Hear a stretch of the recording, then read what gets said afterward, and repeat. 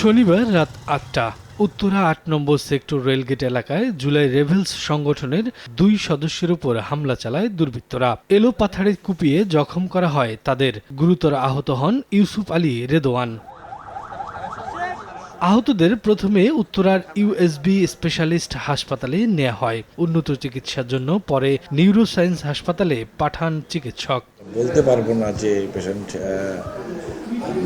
Risk free আছে, এটা 24 ঘন্টা আমরা অবজার্ভ থাকবো। হেড ইঞ্জুরি অনেক সময় হেড ইঞ্জুরি হতে 24 ঘন্টা সময় নিয়ে নেবে, তো যার জন্য আমরা পেশেন্টকে আমরা প্রাইমারি ট্রিটমেন্ট দিয়ে আমরা পেশেন্টটাকে নিউরোসায়েন্সে রেফার করে দিয়েছি।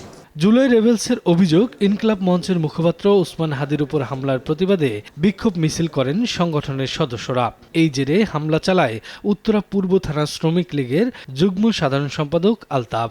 শ্রমিক লীগের এই গুন্ডা পান্ডারা হঠাৎ করে এসেই অতর্কিতভাবেই আমাদের অফিসে ঢুকে রেদওয়ানকে জিজ্ঞেস করে সাইফুল ইসলাম কাজল কোথায় বলেই এলোপাথারি তারে কোপ এবং মারধর শুরু করে। মানববন্ধনটা করে শেষ করার পরে 1 ঘন্টার মধ্যে আমাদের একজন সদস্যের উপরে এই হামলাটা হয়েছে। তবে পুলিশ জানায় বিষয়টি খতিয়ে দেখা হচ্ছে। অভিযোগের ভিত্তিতে নেওয়া হবে ব্যবস্থা। পুলিশ এটা নিয়ে ইতিমধ্যে আমাদের টিম কাজ করছে।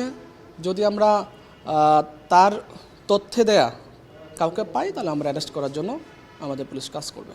অভিযোগের বিষয়ে জানতে আলতাফ হোসেনের মুঠোফোনে যোগাযোগ করলে নম্বরটি বন্ধ পাওয়া যায়।